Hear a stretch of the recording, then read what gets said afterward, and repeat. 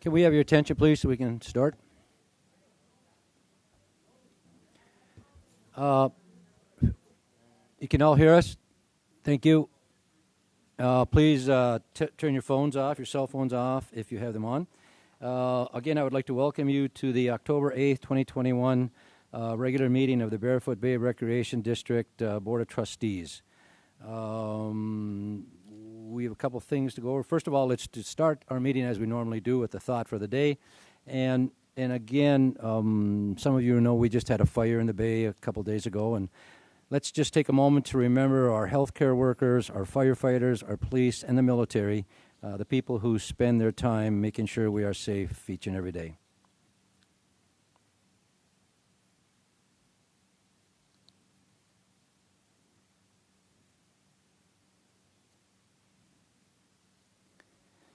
Thank you. Let's stand for the Pledge of Allegiance, please. I'll lead us. I pledge allegiance to the flag of the United States of America and to the republic for which it stands, one nation, under God, indivisible, with liberty and justice for all.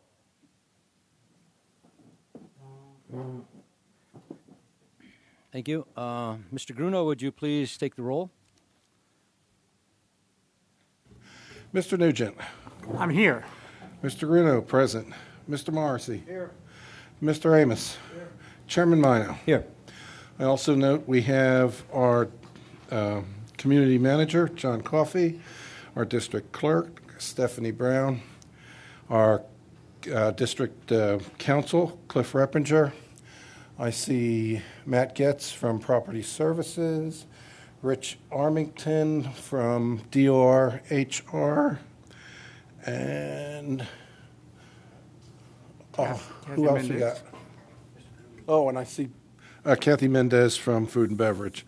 Mr. Chairman, Ernie, why I get my glasses checked. Ernie Cruz from Golf. Mr. Chairman, we have a quorum. Thank you, sir. Additions or deletions to the agenda? I think we have a couple. Mr. Nugent. Yes, I would like to add to the agenda a discussion around overseeding the golf course. Overseeding the golf course. If we do that, it would be under new business. It would be 11D. And any others from the board? I would also like to add an addition to the agenda, make it 11E. It would be resignation letter of the Barefoot Bay Recreation District Council. So we would have two additions. One would be 11D, overseeding discussion, and 11E, resignation. Can we have a motion to approve those additions to the agenda and approve the agenda? Second by Mr. Gruno. Motion was by Mr. Nugent, I believe. All those in favor of the motion signify by saying aye. Aye. Opposed? Thank you. Presentations and proclamations. Of course, you all know this is Cancer Awareness Time. I believe we're going up to the podium, right? And we need, I think, the CVO come up, please. Right?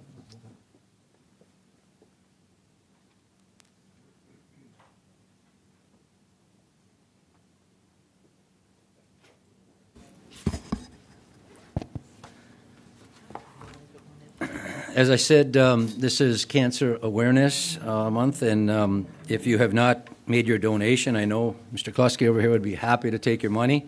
I gave him mine before the meeting today. This is a Barefoot Bay Recreation District proclamation.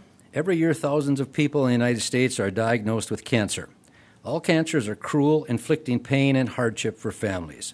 We honor the courage of those affected by cancer, and this month renew our commitment to helping fight this illness that takes the lives of far too many. Whereas, while tremendous progress has been made in the fight against cancer, there is still much work to be done. Cancer remains the second leading cause of death in the United States. Thanks to early detection, preventative measures, and medical innovation, survival rates for the most common cancer types, lung, colorectal, breast, and prostate, have vastly improved, providing much-needed hope to millions of patients and their families nationwide. Despite the decreasing death rate from cancer, over the last few decades, the disease claims the lives of roughly 1,600 Americans daily, resulting in nearly 600,000 deaths annually. Whereas we extend our sincere appreciation to the devoted healthcare professionals, scientists, and researchers who have committed their lives to discovering a cure for cancer.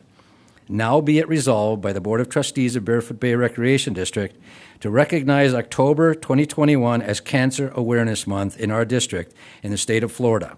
I encourage all Barefoot Bay residents to increase awareness of what can be done to detect and treat all forms of cancer through their participation in this year's Color My World Cancer-Free Walk on October 16th, 2021 in Barefoot Bay. It is vital that those affected by cancer have access to quality, affordable care, and that research of all forms of cancer continues to be vigorously supported. Passed and adopted by the Board of Trustees, Barefoot Bay Recreation District on this 8th day of October 2021, signed by Chairman Michael Armino.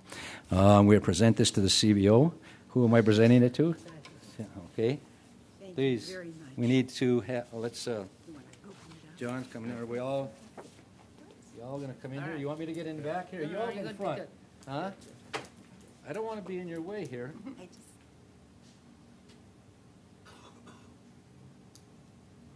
mean, all the different? No, we're good? Thank you. Who has the mic? Someone? Anyone? I will. Thank you very much for this honor. We look forward to seeing all of you and all of you at home to come down Saturday. Register at 8:30 at under the Oaks in front of the new administration building. The walk will begin at 9:30. Again, a worthwhile cause, and thank you for the honor of the proclamation. We truly appreciate it.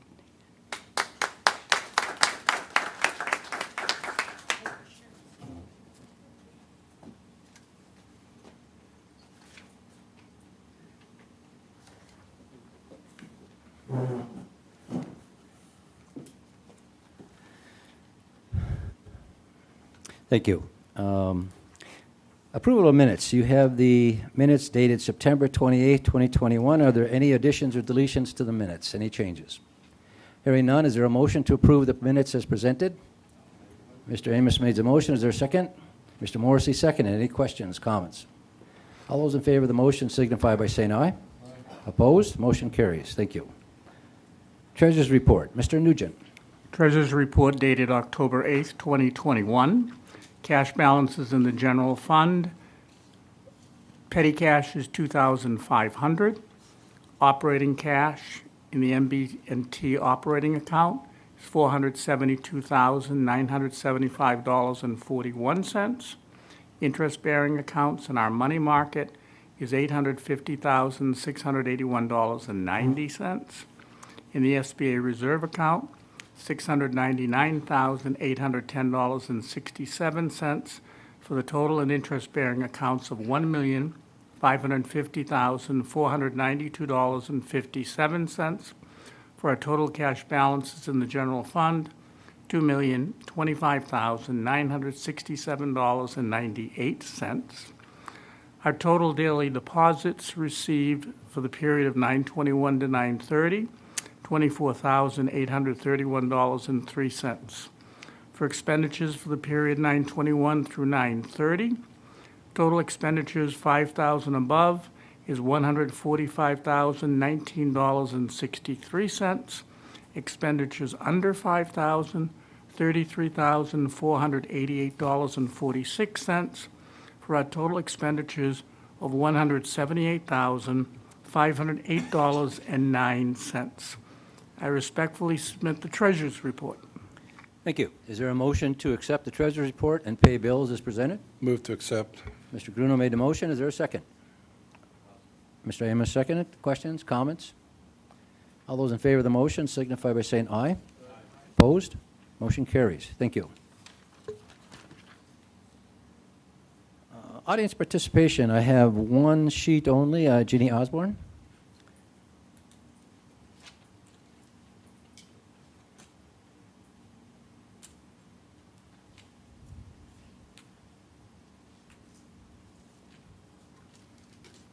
Jean Osborne, 100 Cherokee Court. I made a promise to myself that I wouldn't get up and speak anymore. However, something came to my attention a little while ago, and I feel that I have to speak up. I am absolutely saddened by the news that Mr. Rebinger is going to resign, and I'm asking him publicly, please do not resign. We need you. You've done yeoman's work for this board. I know how much effort and how much work you have done and of your ties with the county that have helped us tremendously. Please reconsider. Thank you. Anyone else for audience participation? Hearing none, audience participation is closed. Oh, I'm sorry. Unfinished business, COVID-19. Mr. Coffey? Yes, Mr. Chairman, trustees, residents gathered here at home. This is our regular review of COVID precautions. Last month, Mr. Cruz implemented a temporary 30-day one rider per cart rule in response to an uptick in positive cases in BBRD and players' concerns. In preparing this and speaking with Mr. Cruz last week, he recommends not continuing that rule and going back to standard 2 cart per rule. Mr. Cruz is here to address any concerns. To summarize, his concerns are largely operational. In addition to the leveling off of cases, the board is free to engage Mr. Cruz if you'd like to talk about this further. Otherwise, staff has no recommendations at this point. Thank you. I have a couple comments, but other questions, comments? Sure, Mr. Nugent. Yeah, I have a comment. We appear to be doing very well with the management of COVID-19 here in Barefoot Bay. I've seen that we are not exhausting the availability of carts for golfers to use. I would strongly recommend that we keep this policy in place and review it at our next meeting to see if it should be changed. Thank you. Also, I discussed this somewhat, I know, before.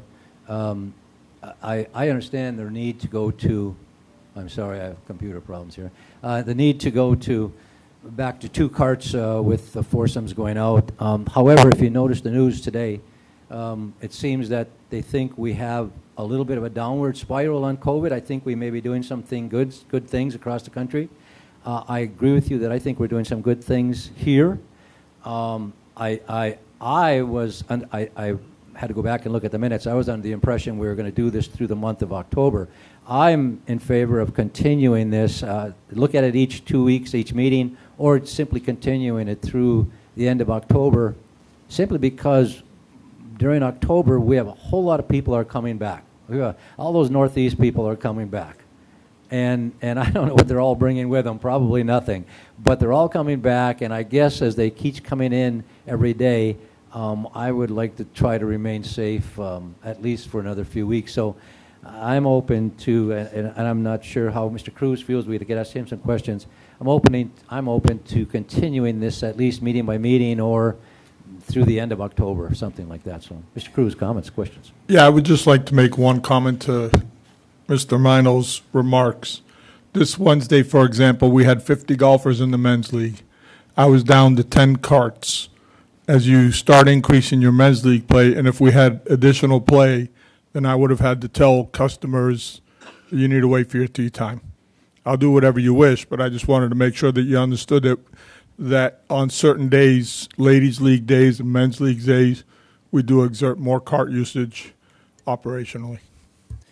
You were short 10 carts, or there were 10 carts left? 10 carts left, Okay. but that's because the afternoon had not been filled up. But Right. you had 50 golfers. I don't know exactly how many golfers you got in your men's league every week, but I know that we start increasing during this time of year golfers, which means we're going to have to tell somebody that you might not have a cart until a cart comes in.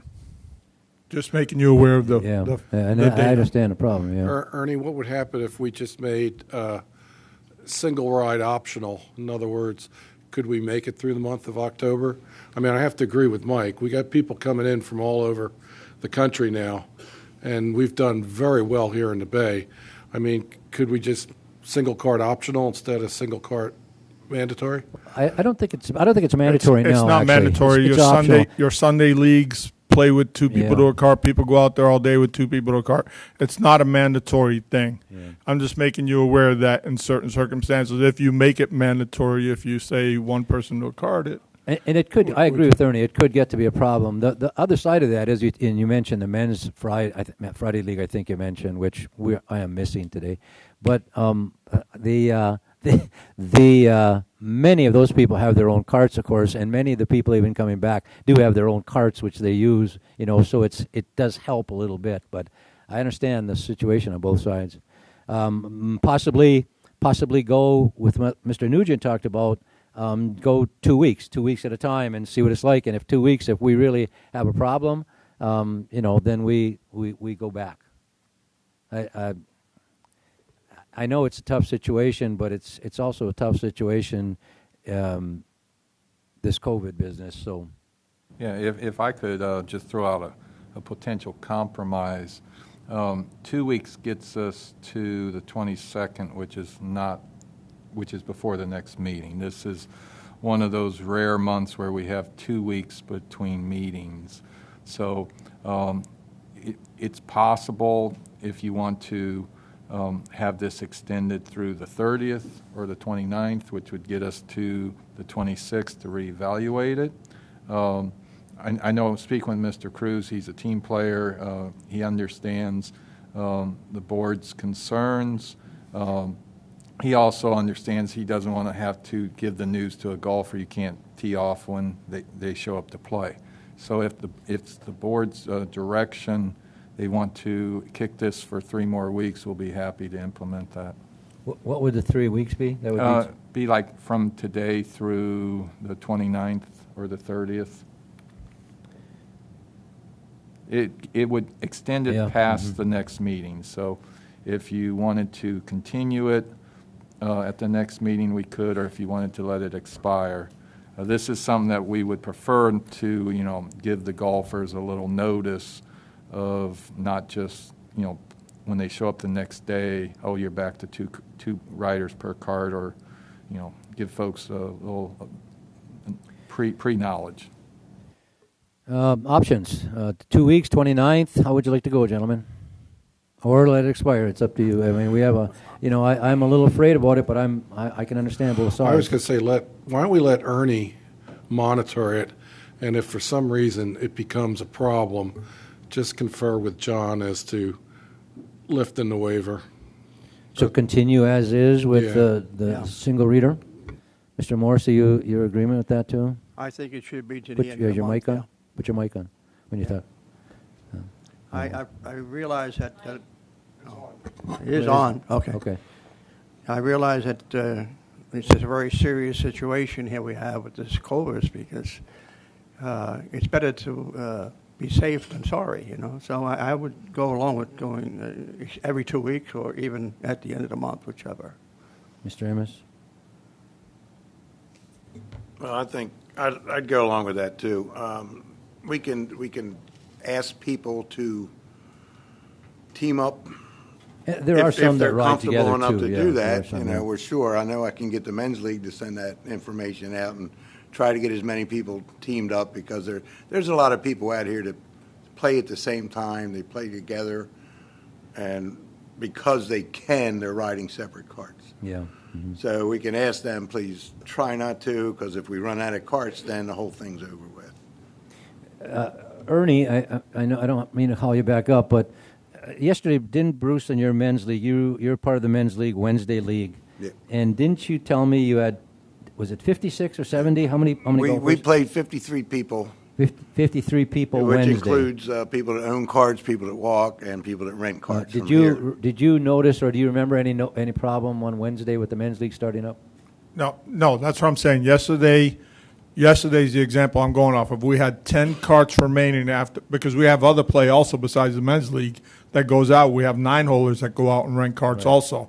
So Oh, we had. you're talking about that I'm Wednesday? talking about that Wednesday. Talking Oh, about this past Wednesday. Oh, I see. I gotcha. And the whole thing for me, Mr. Chairman, is that I don't want my staff to be abused and beat up with a customer coming in with the policy. That's why we look for clear direction for Yeah, a couple I understand. days out to be able to Yeah. give them a heads up. And I agree. No, so hold on right there. Now, Mr. Gruno, going back to what you said, I agree with Ernie a little bit that I think the board should, because we're talking and making a discussion and different ideas, I think the board should be very firm as to what you think he should do so that he's not the one who's under the gun when people say, he just says, well, I'm looking at it day to day. Well, let's make a decision. We either go 2 weeks or to the 29th and then look at it again, leave it that way. Then he knows he can go and say, wait, the BOT did this, and he can blame it on us.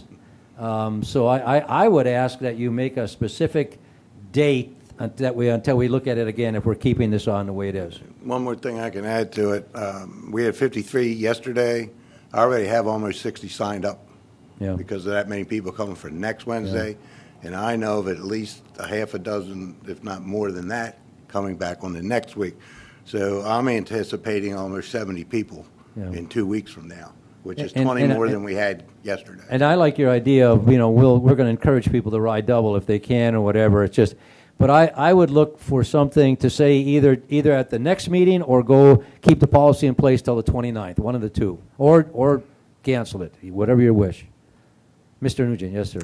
I would make the recommendation that we go to the 29th, reevaluate it at the 26th meeting, and that way there, it gives John and Ernie sufficient time to post the notice that effective November 1st, that we go back to 2 people per cart. Is that a motion? That's a If you motion need a you're making? motion, Yeah, I yes. need one. Is there a second to the motion? Mr. Gruno seconded. Okay, so we had a lot of discussion, but I think that gives him, it's a little more protection for he and his staff if you do it that way. If we're not going to cancel it completely, then it gives him more protection. All right, any other comments or questions? All right, all those in favor of the motion signify by saying aye. Opposed? Motion carries. Thank you. Thank you, Ernie.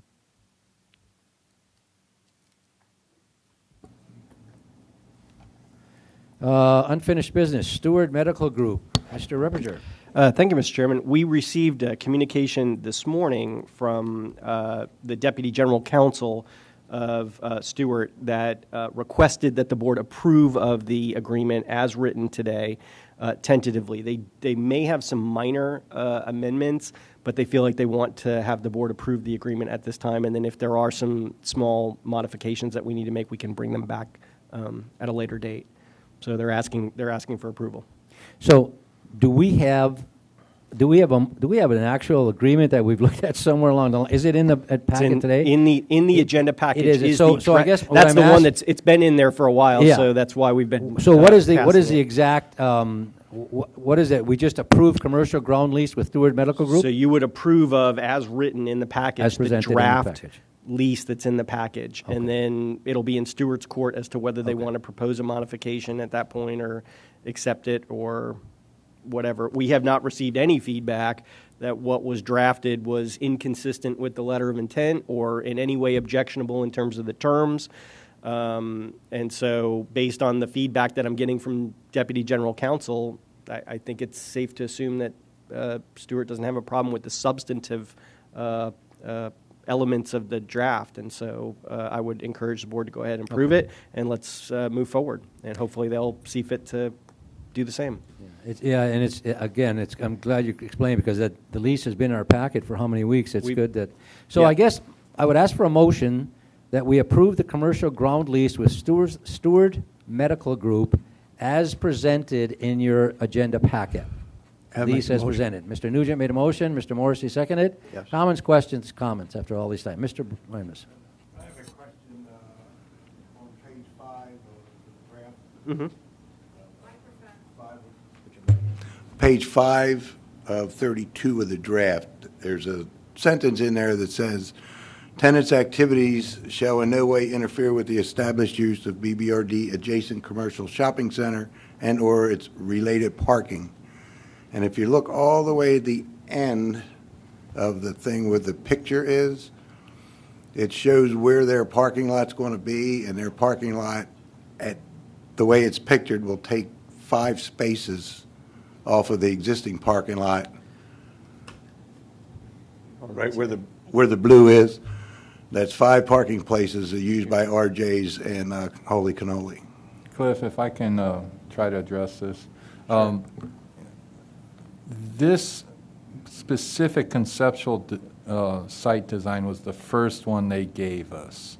As you can tell with the blocks, it's not a professional site plan. This was Stewart's initial concept that they were going to have their entrance off of our shopping center. I'll never say never with Brevard County Building Department after the platform issue, but I personally have never seen where they would allow ingress and egress off of private property that's not part of the same plot. Now, most likely, and this is where Mr. Reppinger has much more experience than I do, their entrance is going to come off of Buttonwood. They're going to have all their parking on the parcel within the setbacks. Clearly, this blue drawing goes right up to the property line that I've never seen commercial parking absent like a downtown district have parking right up to a property line. Most likely there'll be a swale to hold water retention there. And this is not something I would take seriously as far as that's the only place the parking's going to be. The parking, the water retention, the building will probably take every ounce of this site to fit into county codes. And so that's where this picture came from long ago. I'd be willing to, bet Mr. Klosky a steak dinner anywhere that this is not how it turns out. And if I might add to that, in the agreement, we knew that this was a conceptual site plan coming in, and when Stewart came in and they actually started looking at the site, I think, and I'm not really saying anything that I don't think has been said publicly otherwise, we had some concerns about the conceptual plan and whether that would be approved by Brevard County as it is reflected. That issue, despite the fact that the letter of intent was executed, has not been addressed from the Stewart side yet. They haven't come in with an actual site plan that is proposed other than the conceptual that we've seen to run it through any kind of pre-app conference with Brevard County to know exactly what's going to be required. I don't know whether they've done that on their side. They haven't communicated with anybody in the district that they've done that. The agreement contemplates, and if you look at page 4 of 32 of the agreement, under section 101, it contemplates this very issue. It references exhibit, I believe it's A as the conceptual site plan. The conceptual site plan is exhibit B. And then it says, the parties agree, and this is midway through the paragraph, the parties agree that this agreement shall be amended to incorporate and replace the conceptual site plan in Exhibit B with a copy of the actual site plan to be submitted by the tenant to Brevard County Board of County Commissioners, Brevard County Commissioners of Brevard County.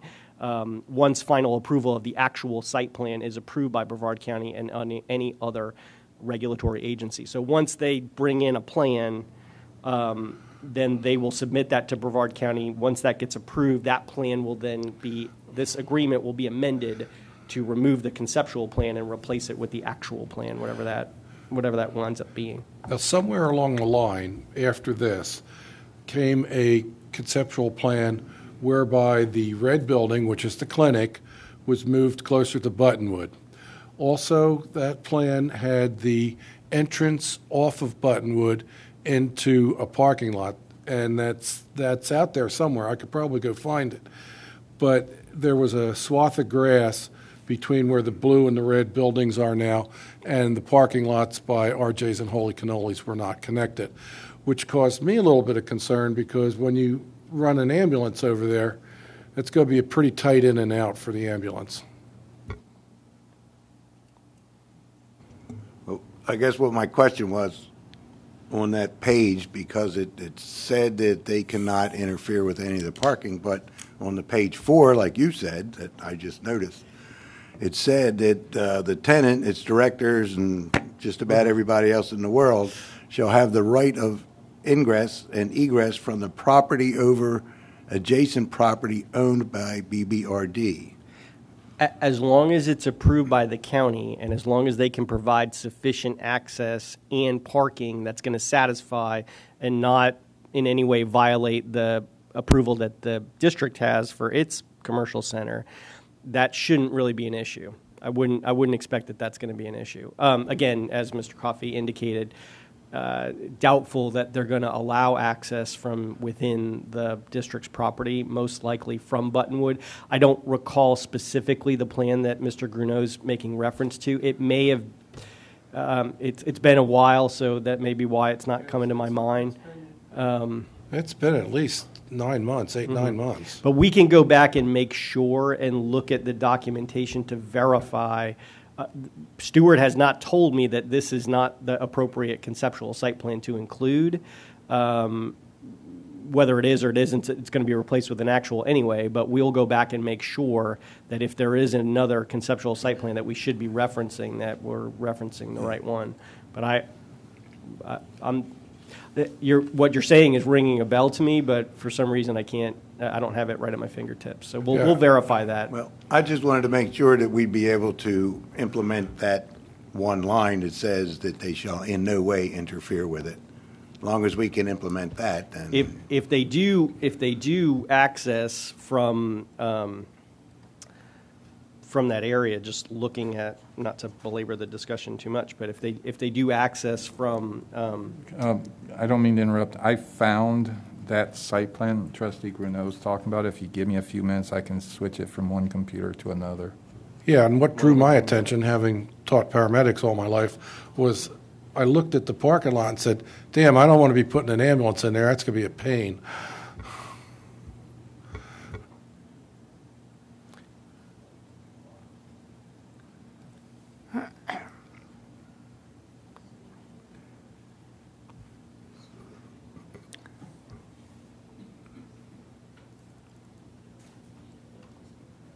I guess I have a quick question. How do we move forward with this? Can Chairman Mino sign a tentative agreement? well, what we're going to do is we're going to have this approved tentatively.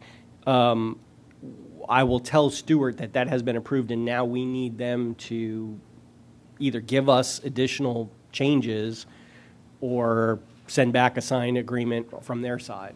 So we'll kind of put the onus on Stewart to act at this point. Okay, so you've we're not, approved it. all right, we're not looking at now doing more revisions, coming back to the board, needing an additional approval before we go forward. No, if they want to accept the agreement as written, if they're just really super minor changes, we may be able to just have them execute and then bring it back for your information. If they're substantive, we would most certainly bring it back to the board. But if they're not substantive, then we would. But I think to answer your question, make yes, some we minor would changes. sign this agreement. Yeah. Yeah, so Yeah, that's we need to get it done. Yeah, I don't remember where did you pull that one from, Mr. Coffey? That is reflective of what I recall, but I don't remember where or when that actually was presented. That was the June 12th, 2020 board meeting. Was there a? Can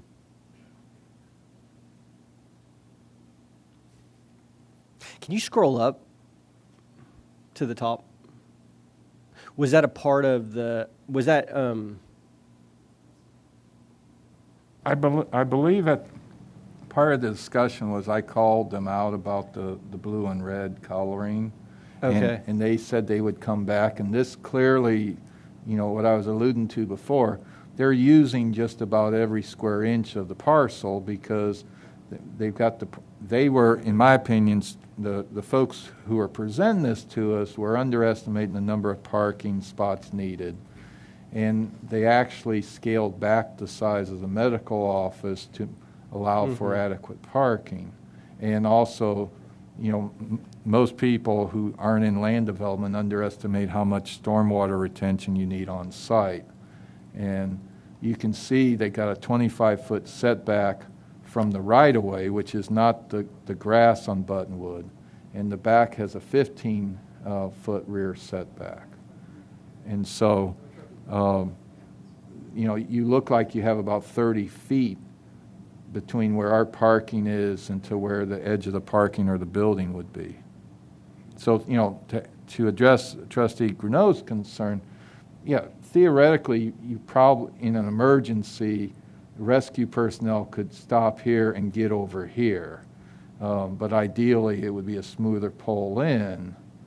But, hopefully we don't have emergencies that often there. And once again, this is all proposed. Brevard County has their ways of looking at things, and things may have changed in the last year on site plan development. If the motion is to approve the agreement, I would make the motion to replace the Exhibit B that is reflected in the draft with that conceptual site plan copy as Exhibit B. Do you need two motions then, Cliff? Or can it all be I incorporated think you can in one incorporate in motion? one motion, just approving the draft agreement with an amendment to Exhibit B to reflect the conceptual site plan. And is there a date on that, John, at the bottom? I can't read it. Is the agreement itself, are these, For the, without me Yeah, calling May. up on Mike, are the agreement, in the agreement itself, are the conceptual site plans part of the agreement? Or is it just the agreement with Stewart it's to just do showing this? it's showing a relative location. It's not Well, critical. that's why I'm to the- asking. I guess they're going to come up, if I believe, with the plan. I mean, these are all just conceptual. Mm-hmm. We're approving an agreement to lease them the land. I mean, I'm not sure why we have to approve either one of the conceptual drawings. No, I We're think just, we we're just, just passed a motion to agree to lease them the land, or am I missing something? I think it's important to tie Exhibit B to the agreement so that you have some idea of what the This orientation is of the Exhibit buildings B? are. Is this Exhibit B? And that is the most recent one. That's May of 2020. Can you amend, who made the motion?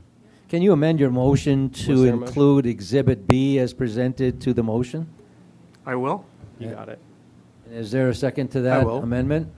I will. Yeah, and Mr. Morrissey seconded it. So we have the agreement, we have the motion now that we accept the agreement with Seward Medical, including, what did we call it, Appendix B? Or, Exhibit B. yeah, as indicated or as presented up in the, That's okay? good. Mm-hmm. Does that, I mean, again, we're approving the agreement, so any other questions or comments? All those in favor of the motion as amended, signify by saying aye. Or opposed? Motion carries. Thank you. Thank you, Cliff. Perfect. Wait a minute, Mr. Coffey, Violations Committee appointments. Yes, Mr. Chairman. There currently is one vacancy, and next week there'll be a second vacancy on the VC.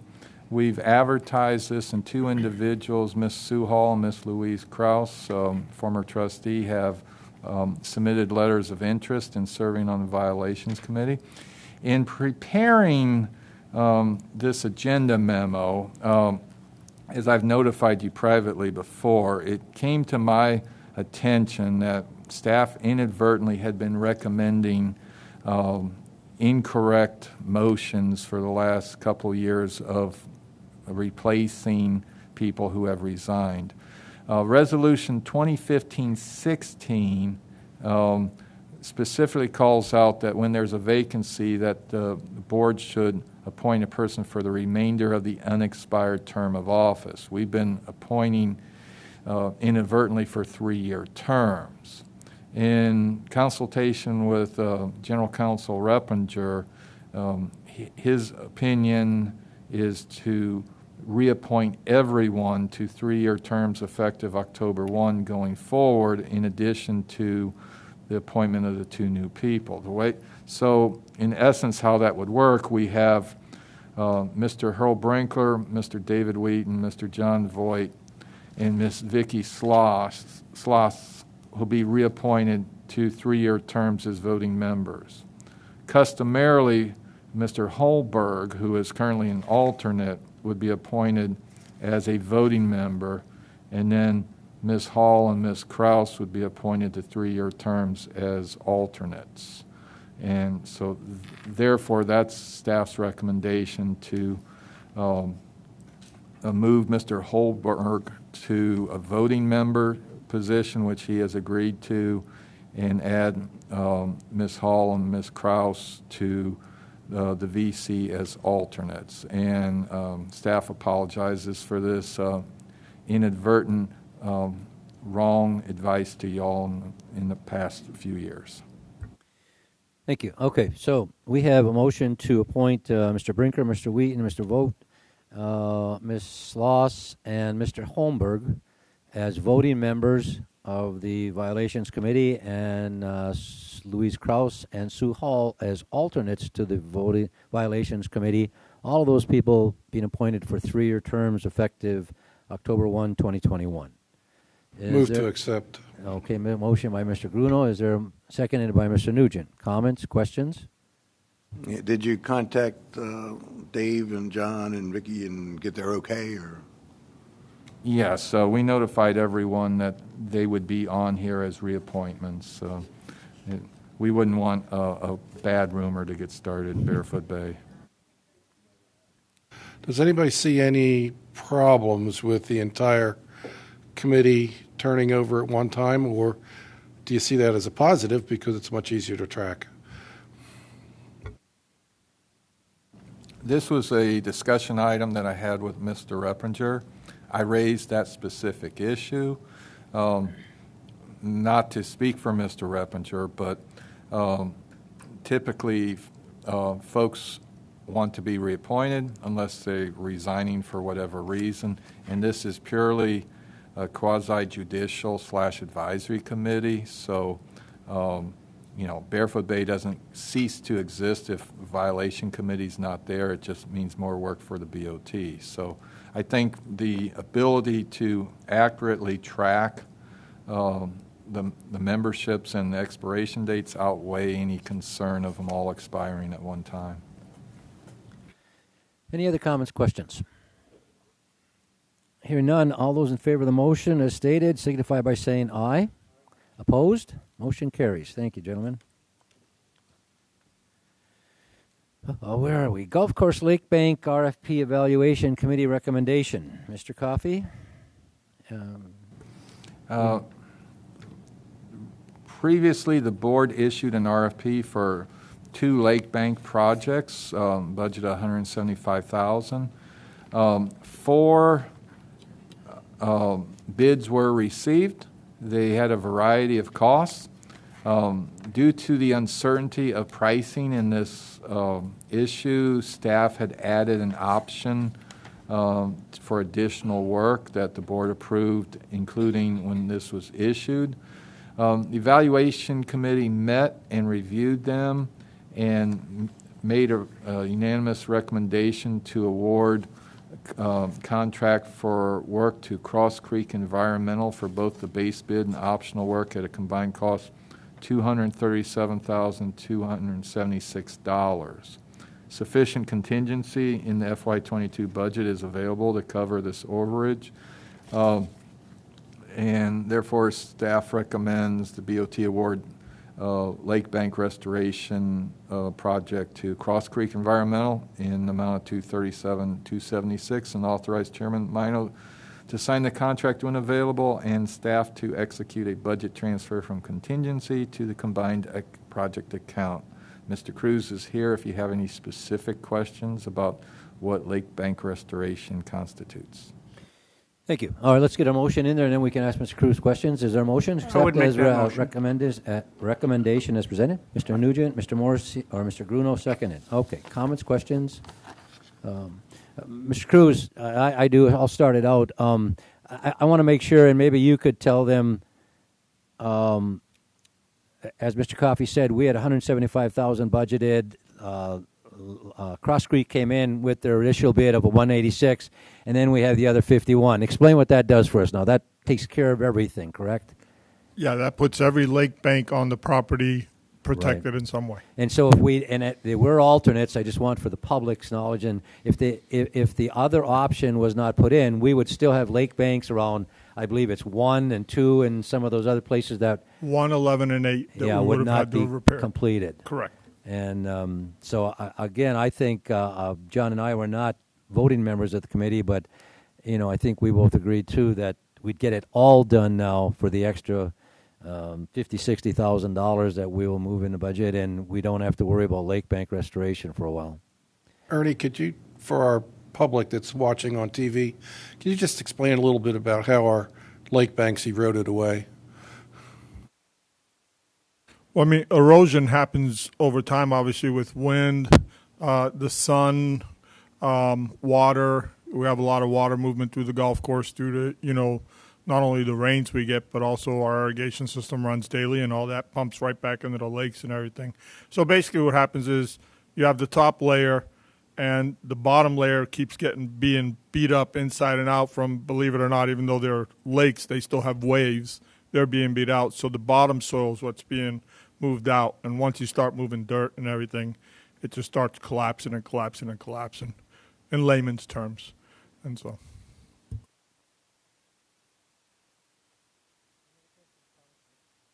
Any other questions or comments for Mr. Cruz? Thank you, Ernie. Hearing none, all those in favor of the motion signify by saying aye. Opposed? Motion carries. Thank you, gentlemen. Neighborhood Revitalization Program, NRP purchase. Mr. Coffey, or is he's not here. Hey, Mr. Armington? Is he? Nope. I believe he's here, but I can cover this. Oh, that's okay. Okay.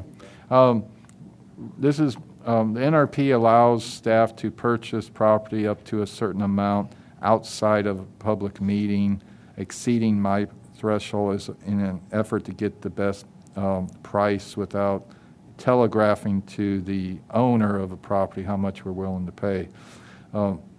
Recently, Mr. Armington closed on the purchase of 413 Plover, and on the 29th of September, Chairman Mino authorized the purchase of this for $16,030.56. Once clean title secure, property will be listed and proceeds will go back into the NRP project line item for future purchases.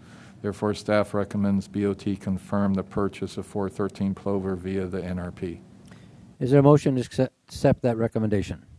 Mr. Amos, is there a second? Mr. Morrissey. Gentlemen, comments, questions, comments? Simple procedure, thank you. All those in favor of the motion signify by saying aye. Opposed? Motion carries. Thank you.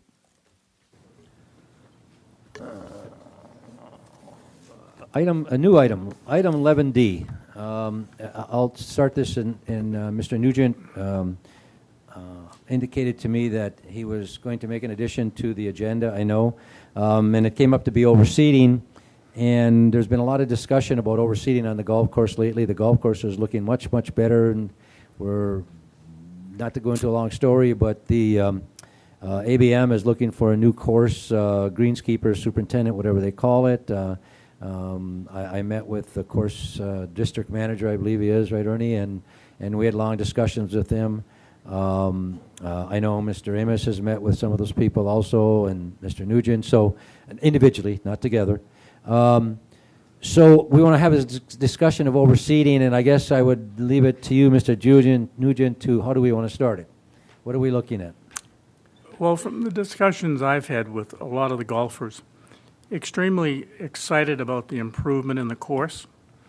And the issue is that we need a system to be able to replace a lot of the Bermuda grass on the greens. And oftentimes by overseeding with the ryegrass actually prohibits the Bermuda grass, from what I understand, from repopulating in the green.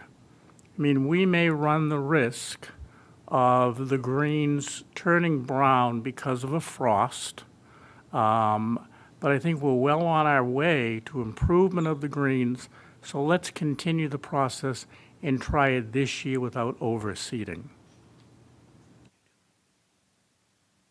Thank you. I'm over here making motions, asking these gentlemen to come up. Again, I think our point today we would want to do is to understand more about what overseeding does, what it doesn't do. Is it necessary? If it's not necessary, if we can make improvements without that, what is that? What happens then? And Brad, introduce yourself and give us answers to those kinds of questions. Good afternoon. My name is Brad Seiler. By the way, he hits the ball a long, long way, just so you know. Little crooked. Brad Seiler, district manager with ABM. I oversee all the golf courses that we manage in the state of Florida. I'm a 31-year Class A superintendent. So, overseeding. In the case of Barefoot Bay,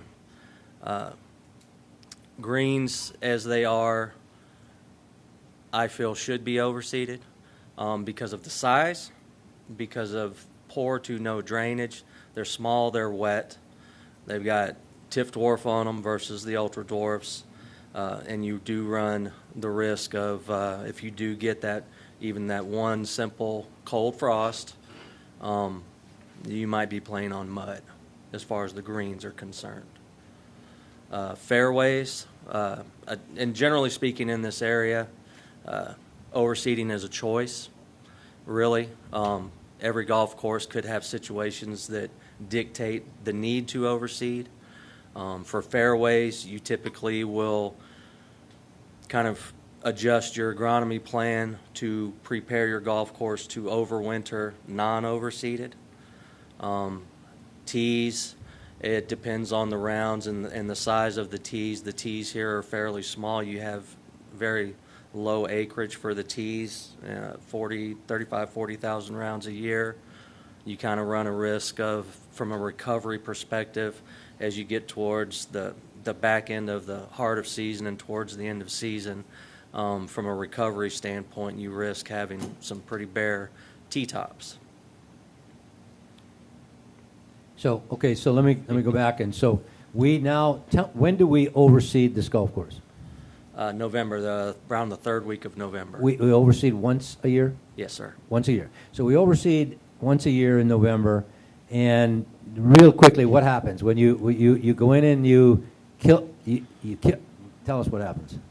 There's no killing.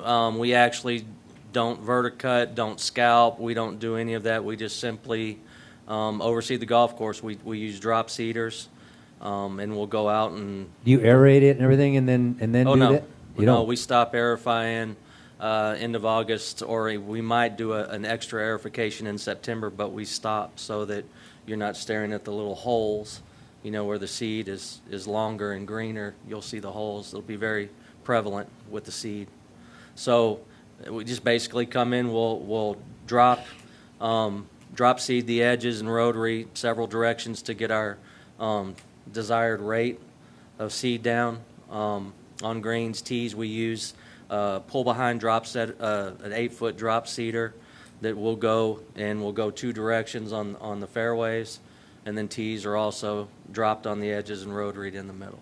And someone, gentlemen, jump in here because this involves all of us. Someone asked me a question. They said, "Well, if we're going to overseed, do we have to overseed with ryegrass?"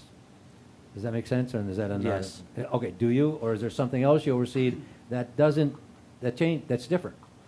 Not in my experience. It's always ryegrass, and then on greens you can go straight Poa-triv, a Poa-triv bent mix, which is kind of the industry's gone away from because the bent tends to hang around. And I've known courses this far south or further that 5 years from now they're still staring at bent when they decided to go to not overseeding. Then they still have that bent trying to linger around. And so tell us again. So if you don't overseed, what happens? If we didn't overseed this November, what would happen? Everything? No, we're talking about greens. We're talking about greens right Greens. now. This is almost entirely about greens.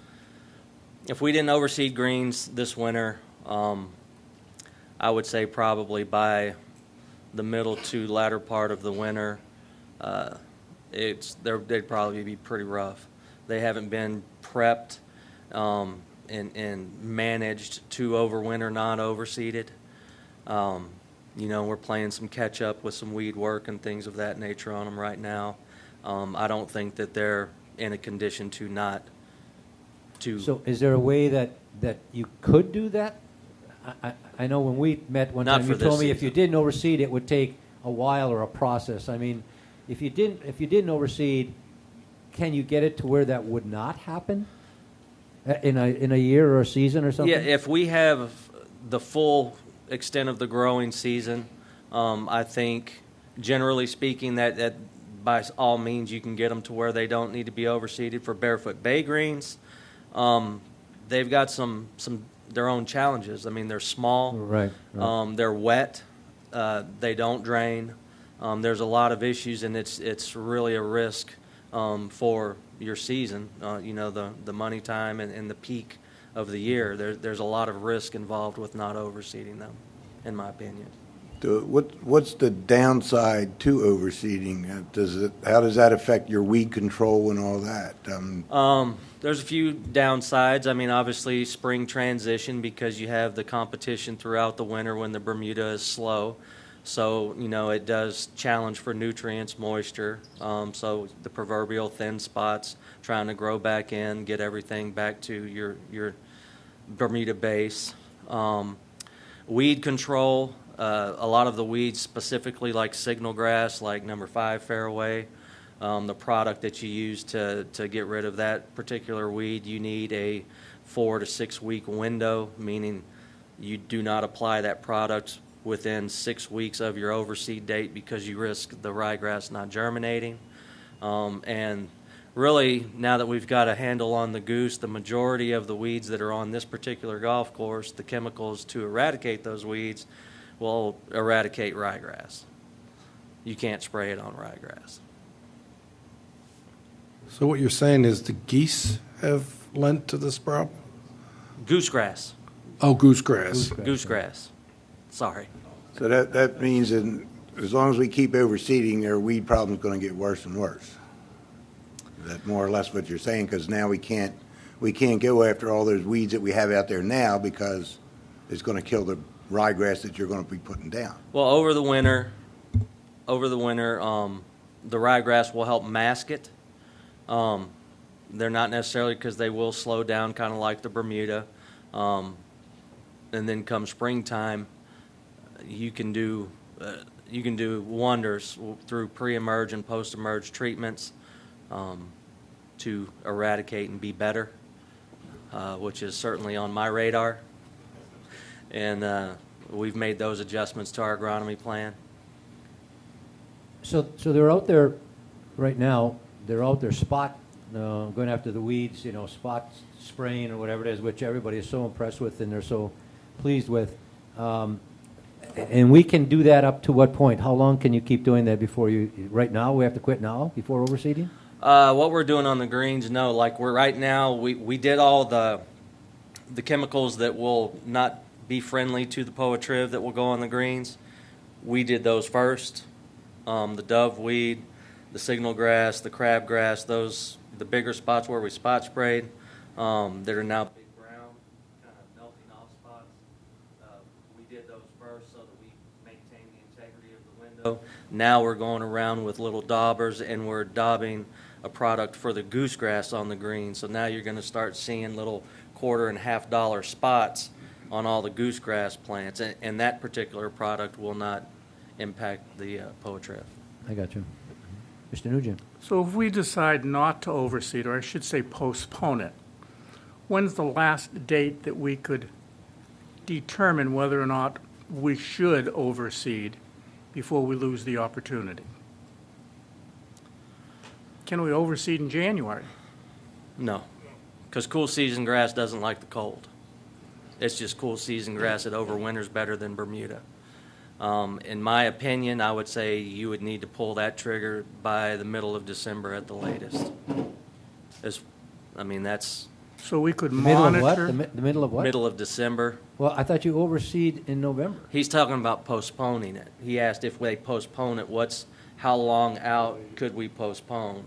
And I'm saying if we postpone it, can we monitor what's happening to the tees, the greens, and the fairways before we, as you say, pull the trigger and say, we have to do it? Well, in December, keep in mind, I mean, you're still at the front end of season and you haven't got into your cold months. You know, January, February, maybe March, down here maybe not, but January, February is when you're going to So experience if you went that into weather. December, so let's say you went into the middle of December and you didn't overseed, but so if all of a sudden we said, no, you have to do this, you could still overseed then? It's not desirable. I mean, we could. There's courses that do go late. So you're It's saying we not should actually be recommended. earlier than that? Yes, it should be when we go. The industry standard, I mean, typically is, So in if you're not going to overseed, if that was something that was going to happen, you should be saying that by the end of October. if we're not going to overseed. If we're not going to, greens. Because you're going to do this in November, correct? Yes, the third week of November. Third is week. when we're scheduled. I'm sorry, Ernie? Yeah, please, step up. Yeah, just so you're aware, we do this process and decide everything at the beginning of the year. So this overseed dates and everything like that, because you have to bring in equipment, you have to obviously order the seed and everything like that, which is already paid for, or going to be paid for within the budget. All this is already predetermined for these dates and everything and scheduled. So shifting it might. But overseeding is part of our contract, correct? It's not. Yes, It's yeah, not an it's addition. it's in the contract. Yeah, Yes. so. The only thing I've heard is I've had a couple golfers come to me and say, I really wish we don't overseed. It messes the place up. But then again, it makes it look good for the snowbirds that come down later in the year. But the few that have spoken to me were not thrilled about it. Well, and I appreciate the expertise of these gentlemen. You know, I understand what you're saying. We do have people who say that, and they come to you, and they come to me, and they come to Jim, and they give all of this. But again, I'm not an expert on this, and they're not experts either. And so all we're doing is trying to get information on what is right and what is wrong. And that really is what I agreed that we should put this on the agenda and to talk about it. Again, I don't think we can make any kind of decisions about anything right now. But I think it's something that if there are concerns about board members, if there are concerns about this, I think it's something we should somehow look at for the next couple of weeks. If there's something that someone is going to say, we want to do this differently, then we need to know that immediately. We can't just let it go on and on and on. So I guess what I would, and I don't mean to put a whole lot of work on, and I don't want to go on with this all day either, but I don't want to put more work on either one of these gentlemen. But I would really love a one-page thing of you sending it out to the board, either one of you, coming back saying, here's the pros and cons of overseeding. Here's what you get when you overseed. This is what happens. This is the good part. If you don't overseed, this is what's going to happen in the next year. Simple kinds of things. Is that possible? You know? Yes. Yes. Say Thank yes. you for the loud. questions. Say yes. Mr. Again, Chairman, because Mr. Chairman, excuse me. we need the expertise of you people to tell us what is right and what is wrong, as we're hearing all this other stuff from other people. Yep, that's Ernie, go ahead, please. no problem. I'm sorry. You don't want to? Ms. Osborne said the expert just gave you the. No, I know His that. I'd like it. opinion. I'd like No, three or four I'm things, just- the pros and you cons asked of me to this. speak. I'll just tell Yeah. you what you said. Yeah. But we could certainly Yeah. come up with the pros. and A little cons. email saying, here's the pros, here's the cons. You know, this is we think we should still be doing this or not doing it, whatever. You want that in an email or Word document? Email's or fine to it me. doesn't matter? Email's fine. Email's fine. That's all we need. Is Mr. that all right? Chairman? Thank you, Brad. One thing I'd just like to say there with Brad's still there, he's the expert. He's got 31 years of experience and all that. And one of the things he stated, if everybody was paying attention, was things different about overseeding, but Barefoot Bay apparently needs to be overseeded on the greens, or you're going to end up a very good possibility with mud at the end of the season. So it's not.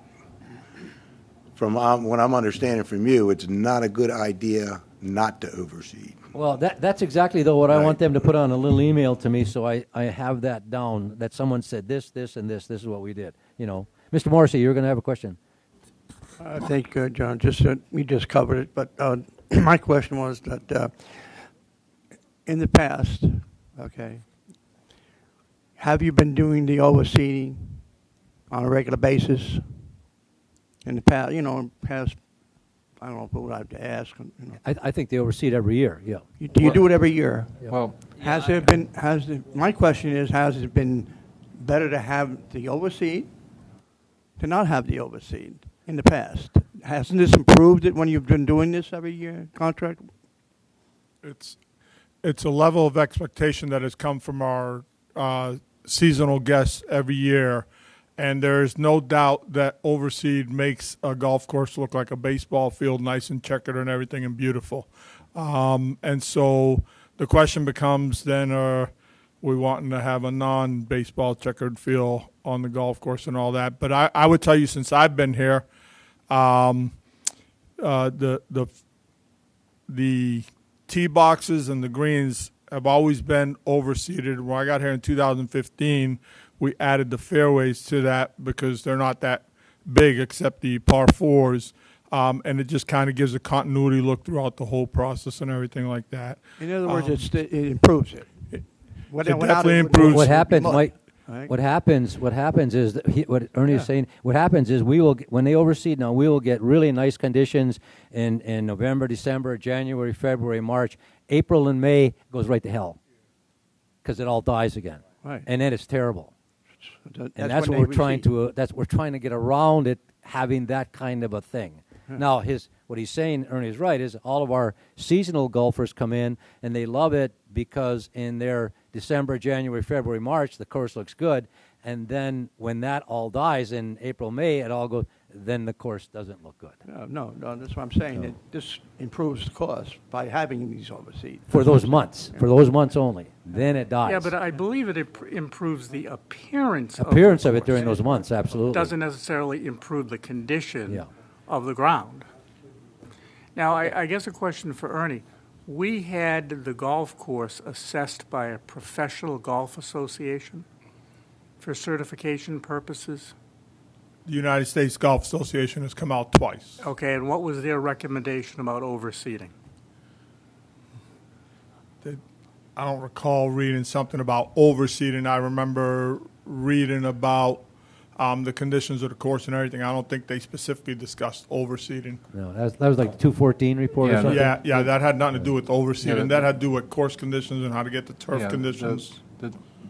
The USGA person came out in 2014 after we'd had 2 hard freezes and there was concerns about the greens growing back. And y'all's new trustee orientation packet that's somewhere in your back shelf at home, there's a copy of that I've highlighted for each of you where it says the 2012 overseeding addressed some of the problems of the golf course.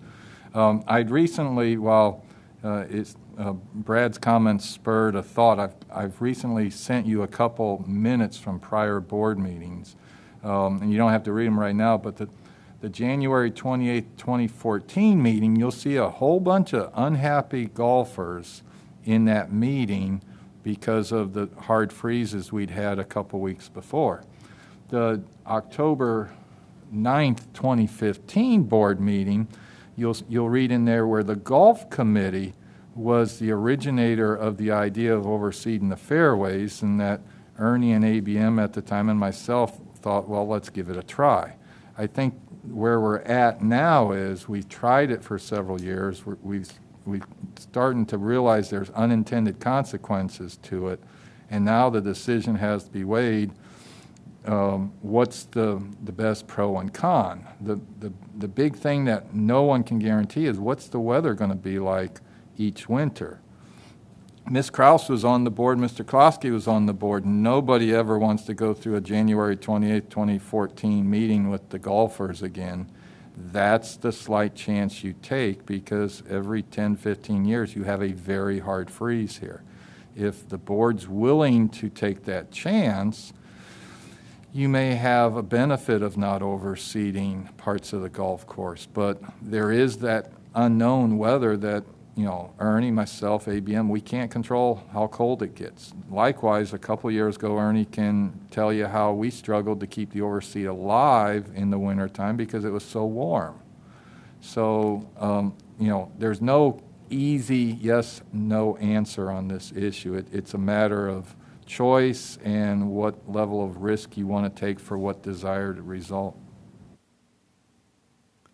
Thank you, sir. Okay, any questions, comments? Enough discussion, something to look at, something to think about for the next couple of weeks. If you have any other discussions at that time, we can bring it up again. I'll put it back on the agenda, if we would, as kind of unfinished business, just to see if there are any other comments or questions. Is that okay? Well, I don't think we need any other action, for sure. Gentlemen, I appreciate, thank you very much. When is our next one? I don't think we're going to. Are we on?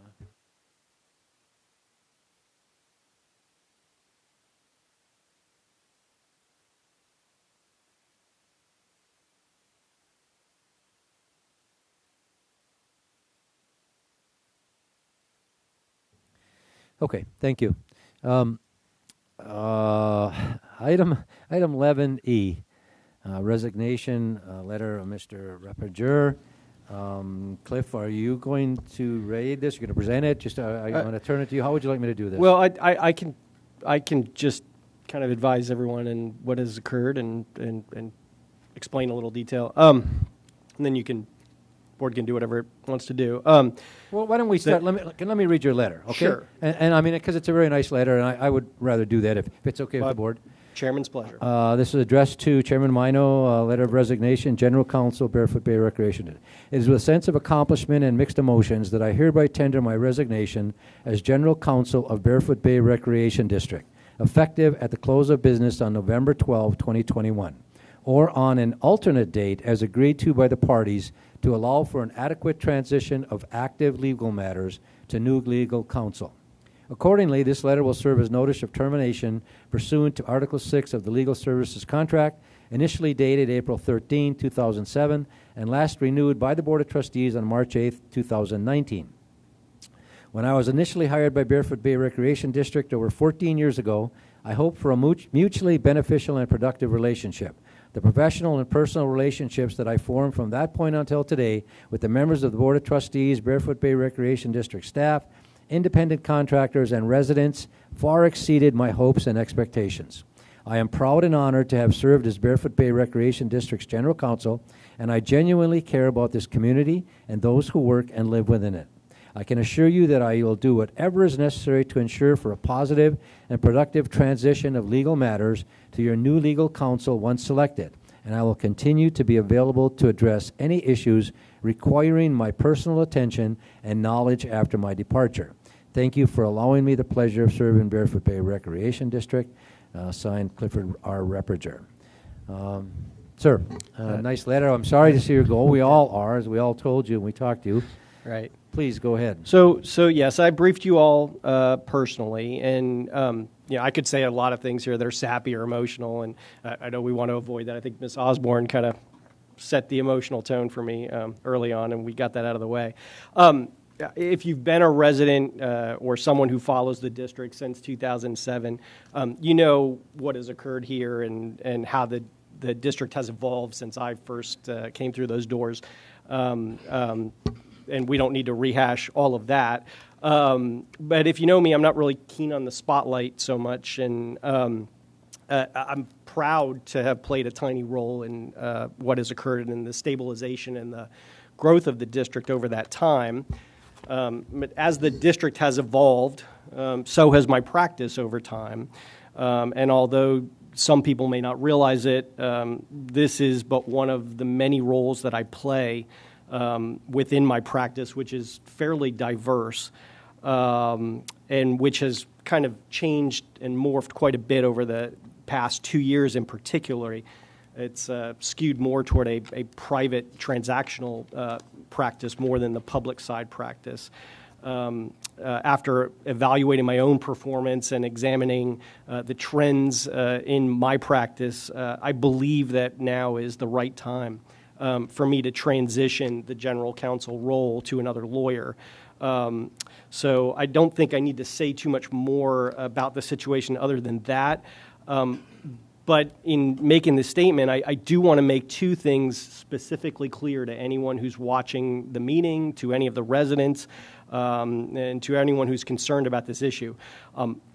This resignation is not at all a negative reflection on the board itself or management. No one has asked me to resign. It's not because of any personality conflict. It's not because of any problem. It's actually quite the opposite of that. I feel that this is probably the most stable and solid board that's been present in Barefoot Bay during my entire tenure. And the management team is as capable and competent as it's ever been. Under Mr. Coffey's leadership, obviously that's very clear.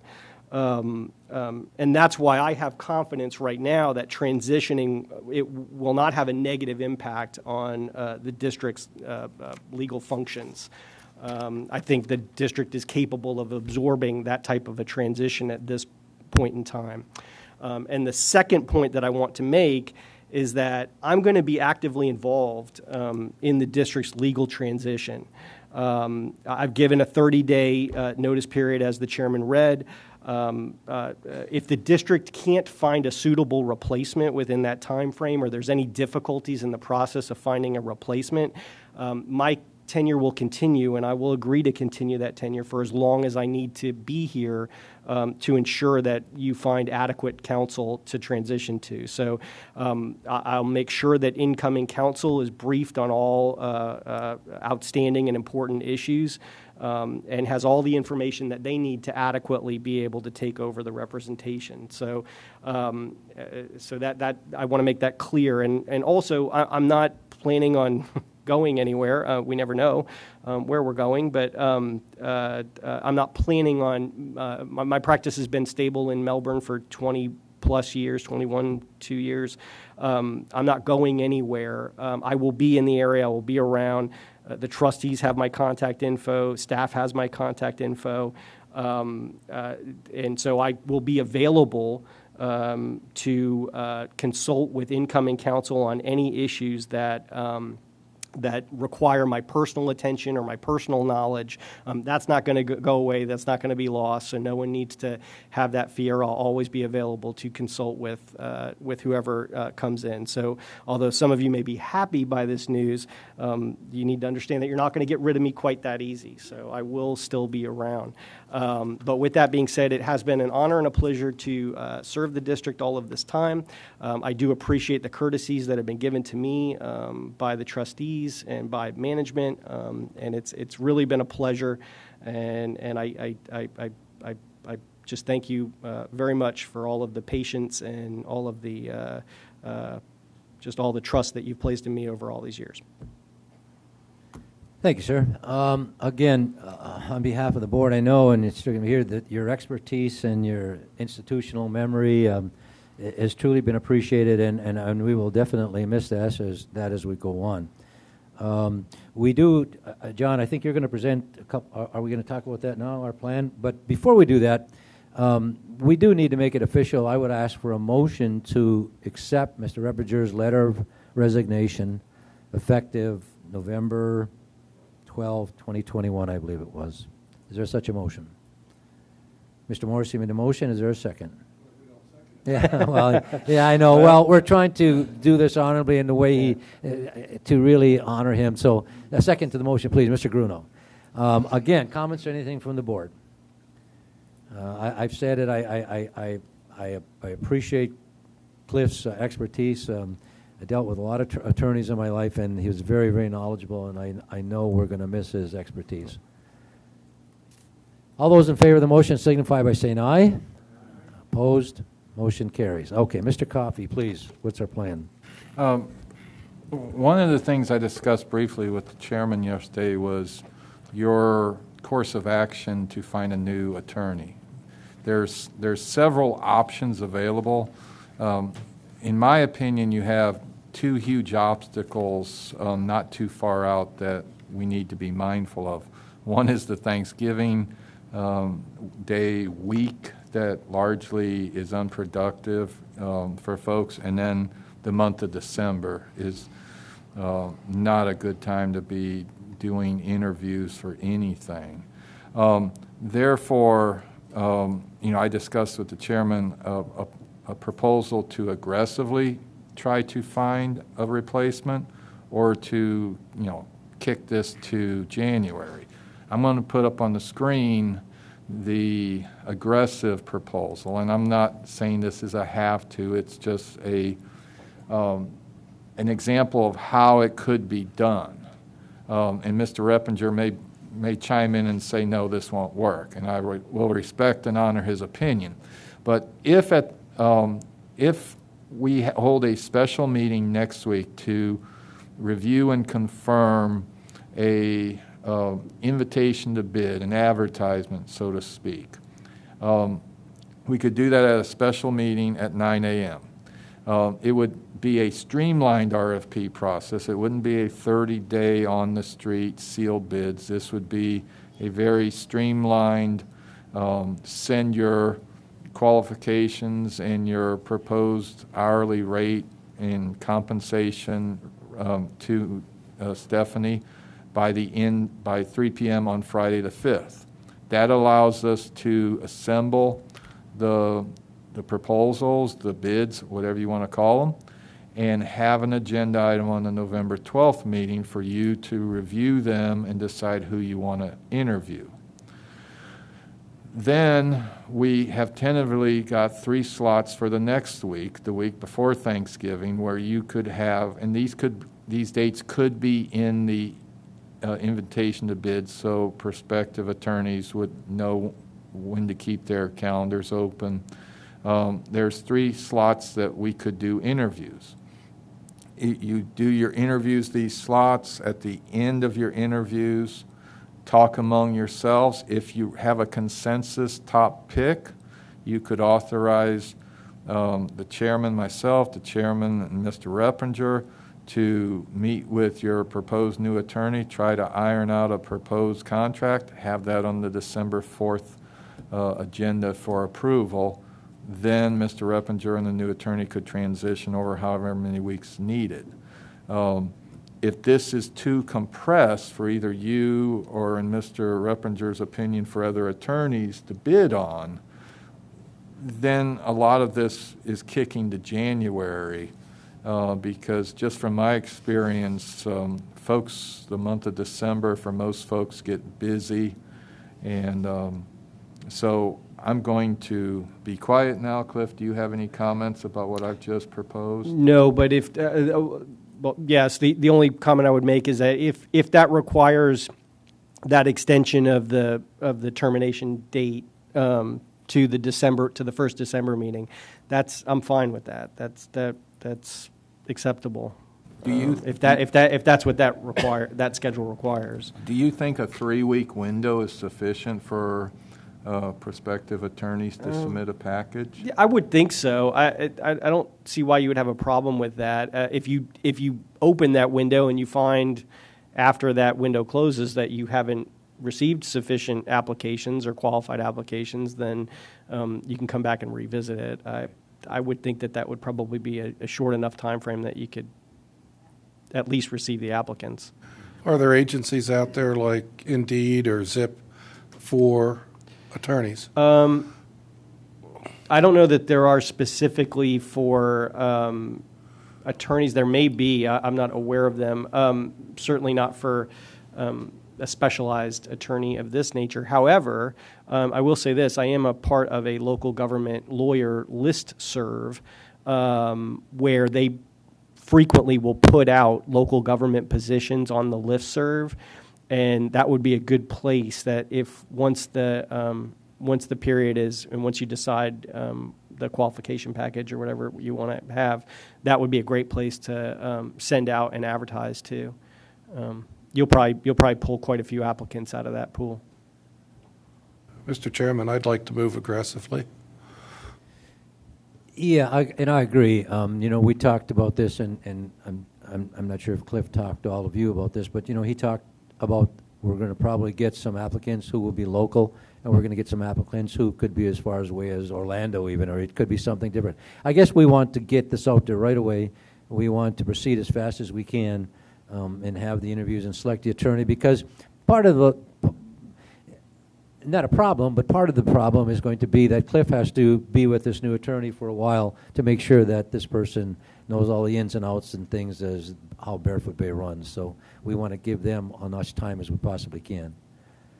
So, John, do we need a motion to approve the plan? Do we just consensus approve what you just put on there as aggressive plan, or? I think consensus is fine.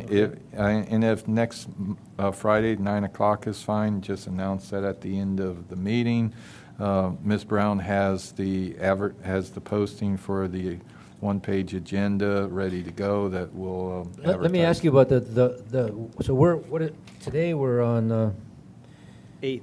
so we're the 8th today, and we're talking about a meeting on when? Next The Friday. 12th.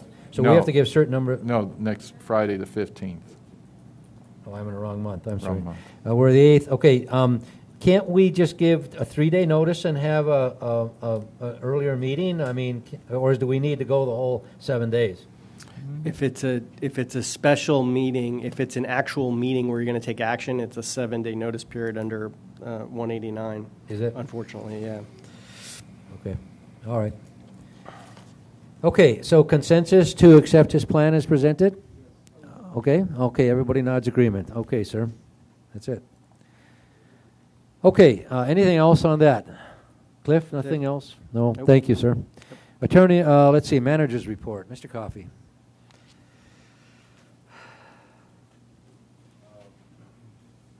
September 28th, ARC meeting, 9 consent items were approved, 6 others approved. ARC meeting, next ARC meeting is the 12th, 17 consent items to be presented, 2 others. There is a workshop on October 13th, the next day at 9 a.m. in this building. There were 5 cases to be presented this morning, and I did not get the results. My apologies. Next VC meeting is October 22nd. Interesting facts for September: 36 new home sales, 32 orientations with 50 new residents in attendance. Music bingo starts next Monday, 5:30 to 8:30. The bar opens at 4, and light meals will be available. Badges and guest passes are required. As we know, the Cancer Walk is next Saturday. Hope everyone turns out. Halloween party will be Lakeside of the Lounge on the 30th, and there'll be a costume contest and live music from 7 to 10:30. Winter Beat tickets go on sale next month in Building A. Property Services, Mr. Getz's folks have been busy working everywhere. The continued renovations of Building D&E restrooms was that noise you heard just a while ago. If you thought it was something else, shame on you. AC, we've been checking and double checking, addressing some condensation leaks in the shopping center, servicing all fire extinguishers. Played not whack-a-mole, but whack-a-shed, took down a junky one, put a new one in, and moved a slightly used one to replace the junky one. Put some additional product down for the ruts in the East Lake Trail, and continue to solicit bids and quotes for projects. Golf memberships are being renewed. The irrigation pump repair has been completed. The vendor told us that this is probably the last time he can repair and upgrade it. And so, as Mr. Cruz would say, that's a hint of what you will be seeing in his budget request for next year. Cart barn repairs waiting on engineering permitting. League play returns this month. See Pro Shop for information. New directional Pro Shop signs are installed. And Bert and Ernie say only 77 more shopping days left before Christmas. Come down to the Pro Shop for all your BBRD logoed gifts. Now, if you're wondering who Bert is, we have a gentleman named Bill who works with Ernie Cruz in the golf course. You can't go by Bill if you work with Ernie, so his nickname is Bert. So that's where Bert and Ernie come from in the golf course. General information, shopping center electrical project. The vendor submitted material submittals to our engineers and are preparing for their permits. Staff is working to closely communicate the elements of the projects and limitations on temporary power to our tenants. Building A retaining wall RFP update. As the trustees know, that we did not receive any proposals last Friday. The options going forward is to reissue the RFP and hope for different results, or authorize staff to solicit unsealed bids, or if someone has another idea, I look for direction from the board.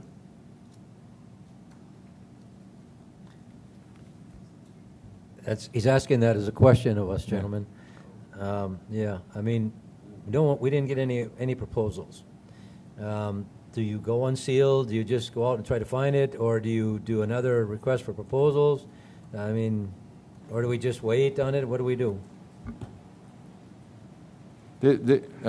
Just for folks new to the audience, new to the community maybe watching this is a project we really would like to do in the wintertime when the water table's low. So this is a time-sensitive decision. I'm not sure what we could do different on the RFP proposal. I am very sensitive to the anticipated price of just going out and hunting down bids the old-fashioned way. But I'm not sure we're going to accomplish anything more on another RFP. Can we do it without an RFP, the amount of money request? Okay. I'm not optimistic about another RFP.